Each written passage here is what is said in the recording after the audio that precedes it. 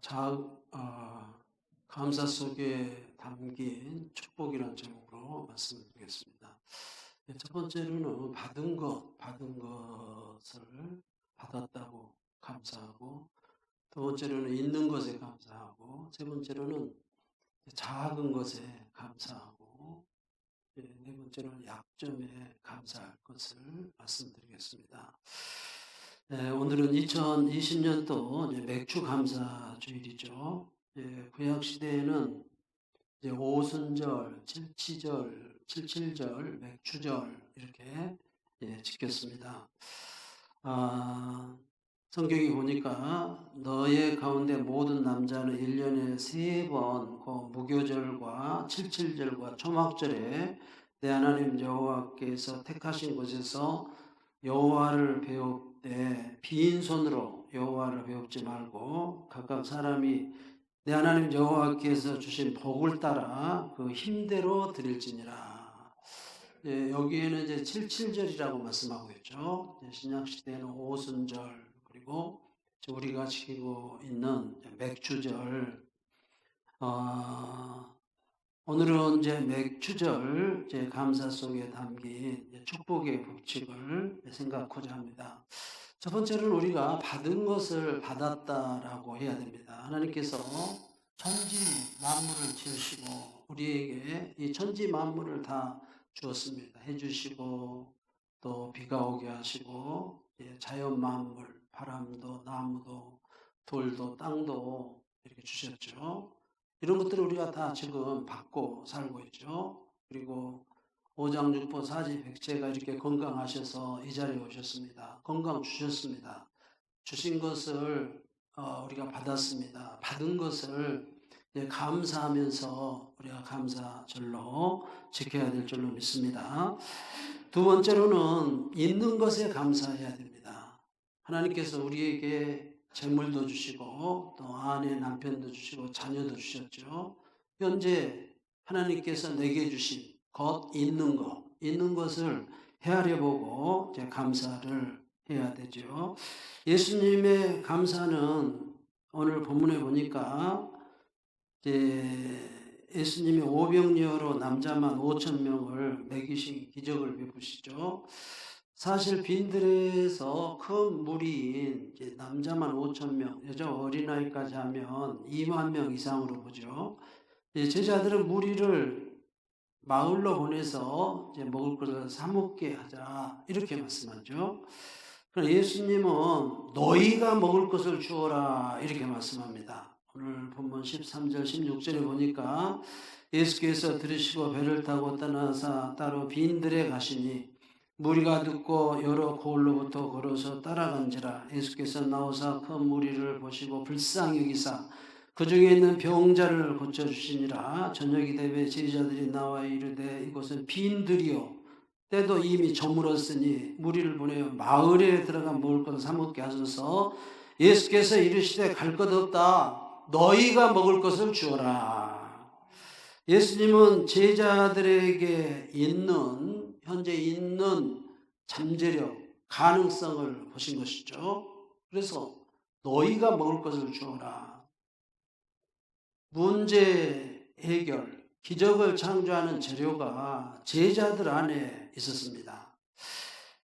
우리는 문제가 생기면 항상 밖에서 도움을 청하려고 하죠. 그러나 하나님은 문제 해결의 열쇠가 우리 안에 있다라고 말씀합니다. 우리는 자신이 가진 것들을 과소평가해서 우리 안에 있는 것들의 가치를 잘 모를 때가 있습니다. 그러나 하나님은 우리가 가진 것을 먼저 헤아려보라, 세어보라, 있는 것이 무엇인가 알아봐라라고 말씀하죠. 제자들은 불가능을 가능케 하시는 예수님이 그들과 곁에 함께 계신 것을 알지 못했죠. 좀 전능하신 하나님이 옆에 계시잖아요. 성육신 입으시고 육체로 있는 것을 알아야 됩니다.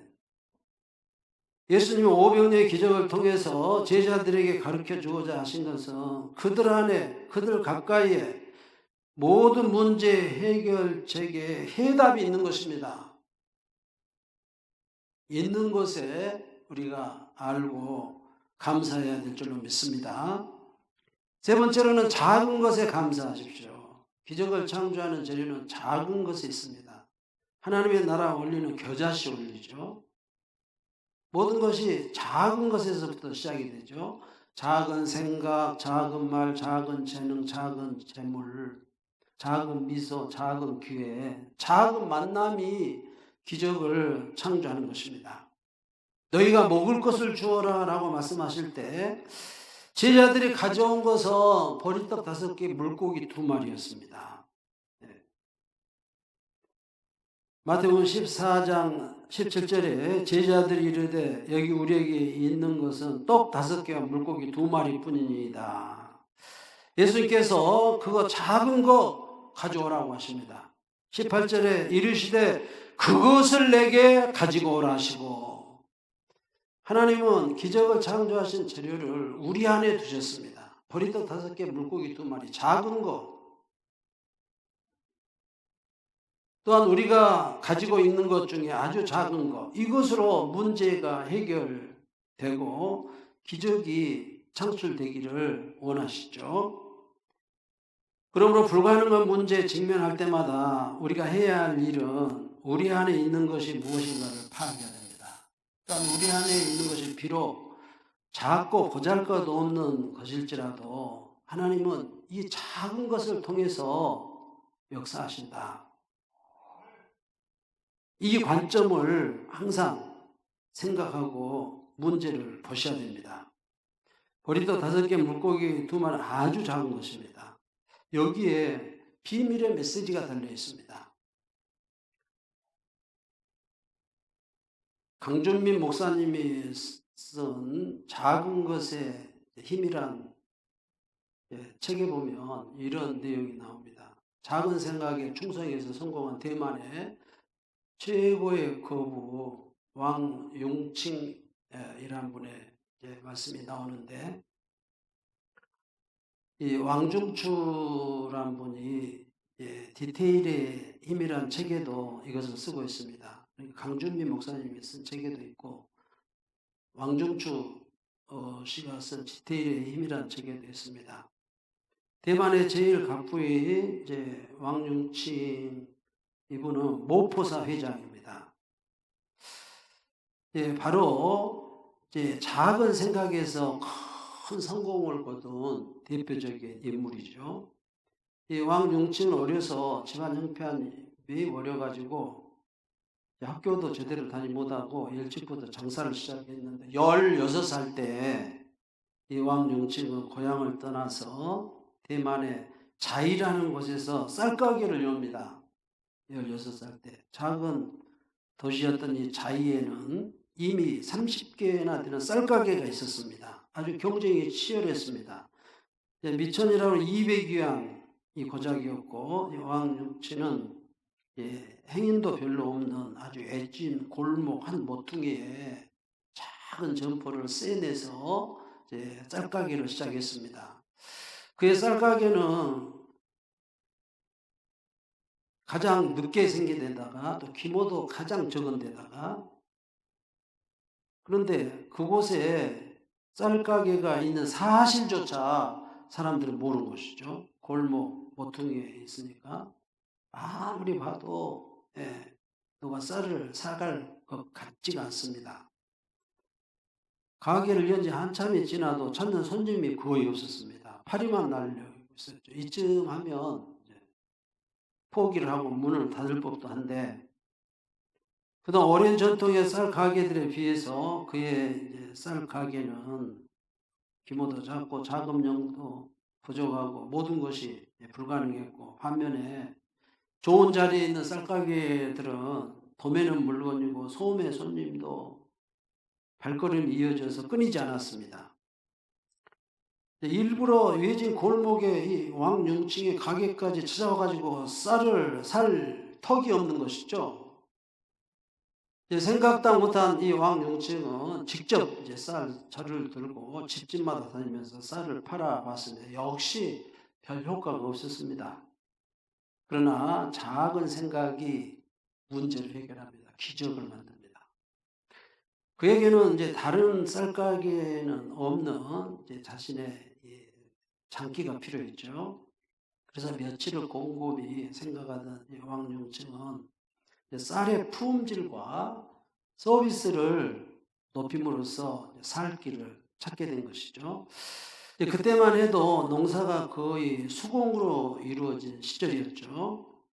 오늘 맥주 감사절인데 우리도 어렸을 적에 이 맥주 감사절 즈음에 이 농사를 완전히 수공으로 하기 때문에 손으로 보리 베고 손으로 뭐 심고 또 수확도 손으로 하고 손으로 길가에 말려가지고 또 손으로 도구대에다 찍어서 밥을 해 먹고 그러다 보니까 이 쌀에 모래 돌이 많았습니다.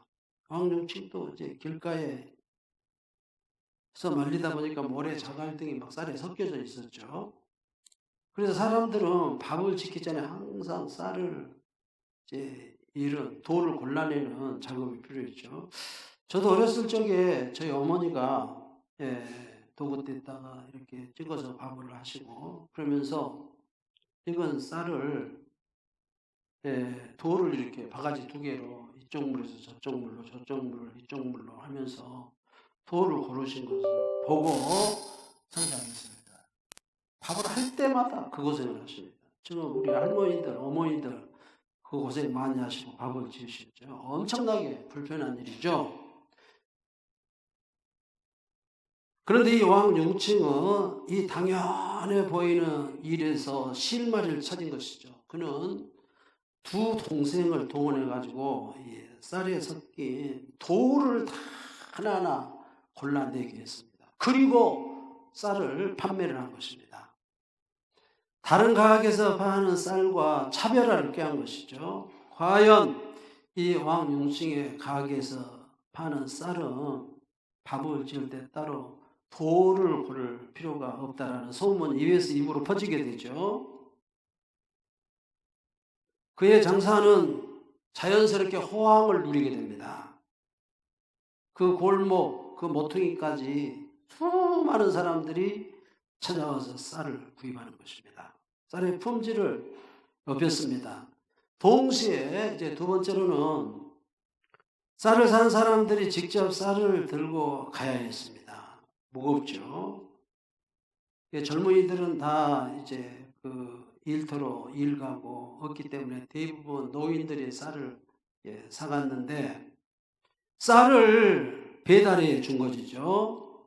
그때만 해도 이 배달이 쌀가게에서 각각 집으로 배달을 해 주지 않았죠. 그런데 직접 배달을 해 주었습니다. 그래서 쌀을 편하게 살 수 있으니까 좋은 쌀에다가 값은 똑같고 또 배달까지 해주니까 일석이조죠. 지금이야 배달 서비스가 이렇게 잘 돼가지고 택배도 있고 그러지만 그때만 해도 배달을 해주지를 않았습니다. 그래서 배달까지 해주신 것이죠. 그리고 배달 가가지고 이제 그 쌀떡의 크기, 식구는 몇 명인가, 어른이 몇 명, 아이가 몇 명인가까지 다 조사를 해가지고 세심하게 적었습니다. 그 기록을 토대로 손님의 집에 언제 쌀이 떨어질 것이다를 예측하고 그때가 되면 이제 손님이 가게에 찾아오기 전에 미리 알고 배달했습니다. 세 번째로는 이 왕용칭은 이제 손님이 쌀떡에 쌀을 부어달라고 하면 이제 쌀떡에 쌀이 남아 있으면은 그 쌀을 모두 다 퍼내고 쌀떡을 깨끗이 청소를 해줬습니다. 그리고 새 쌀을 밑에다 넣고 남은 쌀을 위에 넣었습니다.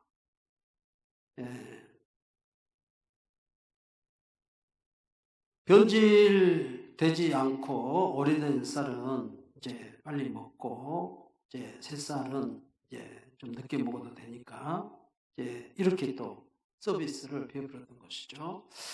그리고 네 번째는 가난한 사람들에게는 외상으로 주었습니다. 외상으로 줄 때는 그 배고프고 홀벗고 굶주린 사람들 못 받아도 괜찮다 그런 마음으로 준 것입니다. 뒤에 벌어서 갚아라 그러고 쌀이 떨어질 쯤 되면 쌀을 갖다 주고 외상으로 주었죠. 구제한 것입니다. 네. 그래도 양심 있는 그 가난한 분들은 많이 갚기도 했지만 또 갚기 못하는 가난한 사람들 구제 이런 좋은 소문이 나다 보니까 쌀가게는 일추월창 번창하게 되었습니다. 아니 16살 때 두 동생과 함께 돌 고르면서 2018년도 향년 91세로 2년 전이죠. 이제 천국에 가셨는데 이분은 하나님이 잠시 내게 돈을 맡겨준 것뿐이다 이렇게 얘기를 하고 하나님의 청지기 정신으로 살았습니다. 수건 하나로 30년을 썼습니다. 양복 한 벌로 20년을.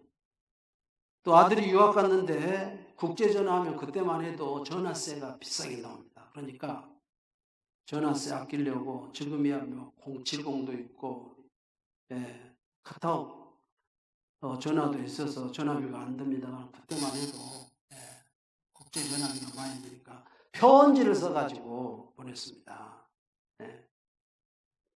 성철 불교에만 그런 사람은 우리 기독교에도 50대 세계에서 50대 기업 안에 드신 분이 큰 부자죠. 그럼에도 불구하고 수건 하나로 인터넷 한번 쳐보세요. 내가 거짓말인가. 아니 수건 몇 년 쓰면 달아질 대로 달아져 버릴 것인데 아니 이것을 30년이나 어떻게 썼는가 나 믿어지질 않아요.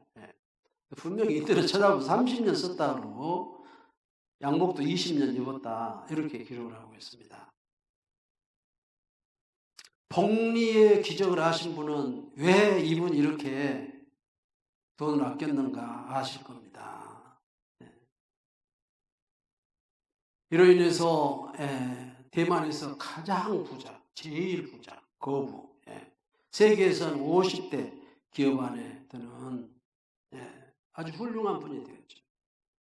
91세 돌아가시면서 자녀들에게 사회에 최대한 기부하라 이렇게 유언을 하고 돌아가셨다고 합니다. 이 16세에 이 네 가지 쌀 파는 이 아이디어 이건 여러분 누구나 할 수 있잖아요. 내가 만약에 쌀가게를 한다면. 그런데 이 생각을 못하는 것입니다. 이 작은 것 속에 방금 내가 얘기한 것 속에 모든 지혜가 다 들어있습니다. 여러분 직장 생활을 하시든지 사업을 하시든지 무엇을 하든지 방금 제가 말씀드린 이 원리대로 하면 성공하게 돼 있고 부자가 되게 돼 있는 줄로 믿습니다. 작은 생각이면 작은 생각. 누구나 할 수가 있죠. 이런 생각은. 쌀에서 돌 골라내는 거 누구나 할 수 있잖아요. 이런 생각. 배달해 줄 수 있는 생각도 누구나 할 수가 있잖아요. 그 쌀떡에 있는 거 다 비워버리고 깨끗이 청소해주고 새쌀 넣고 묵은 쌀 위에 얹어주고 누구나 할 수가 있잖아요. 또 가난한 사람들은 외상으로 주고 먹을 것이 없으니까 안 주면 내버려 두고 누구나 할 수가 있잖아요. 내게 있습니다. 이런 지혜들이. 너희가 먹을 것을 주어라. 제자들 안에 이 비밀이 너희가 5,000명 먹일 이 지혜가 다 들어있다라는 말씀이죠. 오늘 보면 마태복음 14장 17, 18절에 보니까 제자들이 이르되 여기 우리에게 있는 것은 떡 5개와 물고기 2마리 뿐이니이다. 이르시되 그것을 내게로 가져오라 하시고 500여 작은 것을 가지고 남자만 5,000명, 여자는 가장 2만 명을 먹인 것입니다. 지금도 이런 동일한 기적, 동일한 복을 받으면서 사는 사람이 한두 사람이 아닙니다. 마지막 네 번째로는 약점까지도 감사하면 기적이 일어나죠. 시각장애인이라는 약점을 성공의 벌판으로 삼은 강용우 박사의 얘기입니다. 언젠가 제가 한번 얘기했는데 1944년 경기도 양평군에서 태어났죠. 중학교 재학 중에 친구가 고흥을 쳤는데 고흥이 눈에 맞아가지고 외상을 입어서 망막이 박리돼가지고 실명이 됩니다. 소경이 됩니다. 그렇지만 고통스러운 이 실명의 아픔, 이 약점이 그를 위대하게 만들었고 그는 그 약점을 막 감사하고 있습니다. 이렇게 글을 쓰고 있습니다. 내가 실명을 하지 않고 양친을 잃지 않았다면 아내를 만나지 못했을 것이다. 부모님이 돌아가시고 가세가 기울여 맹하학교 등록금조차 낼 수 없어 걸스카우트 집도 훈련을 받은 여대생들이 모금한 성금을 받으러 가게 되었습니다. 그리고 나의 실명과 그녀의 착한 마음씨로 인해 사랑하는 아내를 만날 수 있었습니다. 실명 때문에 지혜로운 착한 마음씨 고운 아내를 만날 수 있었다 이 말이죠. 실명의 고통이 없었다면 부시 전 대통령이나 그러니까 그 부시 아들 대통령 말고 아버지 대통령 또 손보구 전 법무부 장관 같은 세계적인 지도자들을 만나지 못할 것이다. 소경이 안 됐다고 하면 부시 대통령, 손보구 전 법무부 장관 이 세계적인 지도자들과 친구가 될 수 없었다 이 말이죠. 소경이 됐기 때문에 그런 세계적인 지도자들과 친구가 됐다. 또 세 번째는 자녀의 복이죠. 진석이와 진영이도 다르게 자랐을 것이다. 아빠의 실명으로 인해 진석이는 안과 의사가 되는 꿈을 품었고 진짜 지금 의사가 됐죠. 진영이는 저소득층 장애인들에게 사회 정의를 실현해 주겠다는 사명감을 가졌기 때문이다. 특히 진영이는 초등학교, 중학교 때 아빠의 이야기를 너무 좋아해서 수업 시간에 귀에만 있으면 교실에서 아빠 이야기를 했다. 사람들이 나라는 것을 밝히지 않고 했는데 하루는 두 번째 같은 얘기를 들은 선생님이 크리스 너 또 그 맹인 박사 얘기냐? 까지 이렇게 했다고 합니다. 아내는 아예 직업까지 바꾸어서 시각장애인 교육자로 사반세기를 봉사했고 요컨대 약점을 통해 온 가족이 함께 명문가를 건설한 것이다. 숙명적인 약점을 가졌다고 탄식하고 있다면 그것을 토대로 오늘 시작하라. 때를 놓쳤다고 한탄하고 있다면 지금 시작하라. 나는 실명의 장애를 가지고 18세에 중학생으로 시작해서 32세에 박사가 되고 결혼을 했고 40세에 미국의 시민권을 취득해서 차관급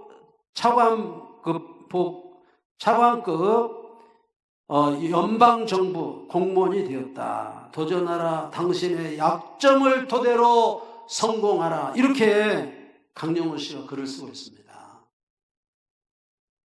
그래 소경된 것을 막 감사하고 있죠. 소경이 안 됐다면 마누라도 못 만났고 소경 안 됐다면 부시 대통령이나 손보그 이런 분들을 만나지 못했을 것이고 소경이 안 됐다면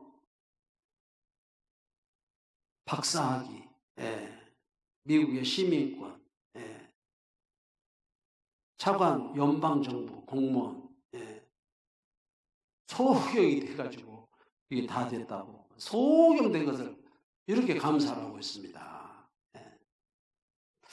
여러분 대부분요 어떻게 사냐면 친구가 공을 쳐가지고 내 눈을 실명케 했으면 평생 그 친구 원망하면서 삽니다.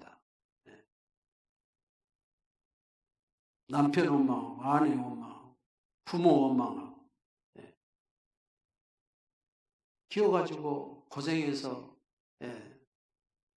학교 보내서 키워놨더니 부모가 해준 것이 뭐냐고 그러고 있습니다. 여러분, 우리는 이 강영우 박사처럼 실명된 것을 감사하듯이 감사해야 됩니다. 여러분, 이 5,000명, 남자만 5,000명이고 이 보리떡 5개, 물고기 2마리는 약점입니다. 약점. 이걸 뭐하러 내놨다가 일을 복잡하게 만드냐고 그렇게 얘기할 수가 있습니다. 약점이죠, 이거. 그 숫자에 비해서 너무 적은 것이기 때문에. 그래, 예수님은 그걸 가지고 축사에 기도했어요. 감사했습니다. 안드레가 그래서 이거 가지고 뭐 하겠습니까? 이런 쪽으로 얘기를 합니다. 마태복음 14장 19절 21절에 무리를 명하여 잔디 위에 앉히시고 떡 5개와 물고기 2마리를 가지사 하늘을 우러러 축사하시고 떡을 떼어 제자들에게 주심에 제자들이 무리에게 주니 다 배불리 먹고 남은 조각을 12바구니에 차게 거두었으며 먹은 사람은 여자와 어린아이 5,000명이나 되었더라. 여러분, 우리는 받은 것이 너무 많이 있습니다. 받은 것에 감사하시기 바랍니다. 저 있는 것이 너무너무 많이 있습니다. 빈손으로 왔는데 있는 것이 얼마나 많이 있습니까? 그리고 작은 거, 그리고 약점이 없는 사람, 단점 없는 분이 누가 있습니까? 여러분, 이거 감사하십시오. 감사. 여러분들이 감사하는 말을 하면, 감사의 기도를 드리고 감사의 믿음의 선언을 하면 먼저 하나님이 들으신 것입니다. 하나님이. 민수기 14장 28절에 그들에게 이르기를 여호와의 말씀에 내 삶을 두고 맹세하노니 너희 말이 내 귀에 들린 대로 내가 너희에게 행하리니. 가데스 바네아에서 열 정탐꾼들이 가나안 땅 정탐하고 와가지고 막 불평을 합니다. 매장지가 없어서 우리를 여기서 죽이려 하느냐, 돌아가자. 밤을 새워가면서 땅을 치며 통곡하면서 원망을 합니다. 그 소리를 하나님이 다 들으시고 하나님 귀에 들린 대로 너희에게 해주겠다. 반대로 우리가 하나님 앞에 감사의 말을 하고 여호수아 갈렙처럼 할 수 있다. 해보자. 하나님의 능력이면 능치 못하심이 없다 하면서 감사의 말을 하고 있는 것에 감사하고 하나님이 그 감사의 말을 들으신다니까요. 마가복음 11장 23절에 내가 진실로 너에게 누구든지 이 산더러 들려 바다에 던지라 하며 그 말하는 것이 이루어질 줄 믿고 마음에 의심하지 않냐면 그대로 되리라. 말하는 것이 그대로 됩니다. 하나님이 듣기 때문에. 그래서 우리는 있는 것에 감사하시고 받은 것을 감사하시고 작은 거 보잘것 없잖아요. 왕융충씨 짜잘하잖아요. 16살 먹은 애가. 그래도 그거 작은 것에 감사를 하면서 작은 생각이 50대 기업 안에 들게 하다. 강영우 박사 소경, 이 약한 거, 이 단점, 그 감사하니까 하나님이 그분의 말도 듣고 그분의 믿음도 보고 그분이 쓴 책도 보시고 너는 소경이 되는데 그렇게 감사가 많냐 하시면서 복의 복을 주신 줄로 믿습니다. 우리 생각을 좀 바꾸십시다. 맥주 감사 주일을 맞이해서 조금만 생각 바꾸면 이 500년의 기적을 만들어낼 수가 있습니다. 하나님의 은혜가 이 500년의 기적이 있기를 주의 이름으로 축복합니다. 기도하겠습니다. 하나님 아버지, 감사 속에 담긴 복들을 저희들이 생각해 봤습니다. 하나님이 하나님의 형상으로 닮은 한 분 한 분에게 엄청난 능력, 하나님의 형상, 하나님의 모양, 하나님의 영광, 하나님의 지혜, 하나님의 능력을 이미 다 주었습니다. 가능성을 주었습니다. 누구든지 찢어지게 가난해서 학교도 못 가고 16살 소경이 되어서 중학교 때 18살 때 얼마든지 불평하고 원망하고 한탄하면서 살 수가 있었습니다. 그러나 이들은 적은 것에 감사하면서 살았을 때 세계적인 부자가 되고 세계적인 인물들이 되게 된 줄로 믿습니다. 대가가 되게 되어 있습니다. 하나님 축복과 저주를 주님은 선택하라라고 말씀하고 있습니다. 내 학위에 달려 있습니다. 우리가 지혜를 가지고 복받을 길, 생명의 길을 선택하고 복된 길을 선택해서 한 분도 빠짐없이 다 오병이어의 기적이 일어나는 놀라운 복으로 복 주시옵소서. 예수님의 이름으로 기도합니다.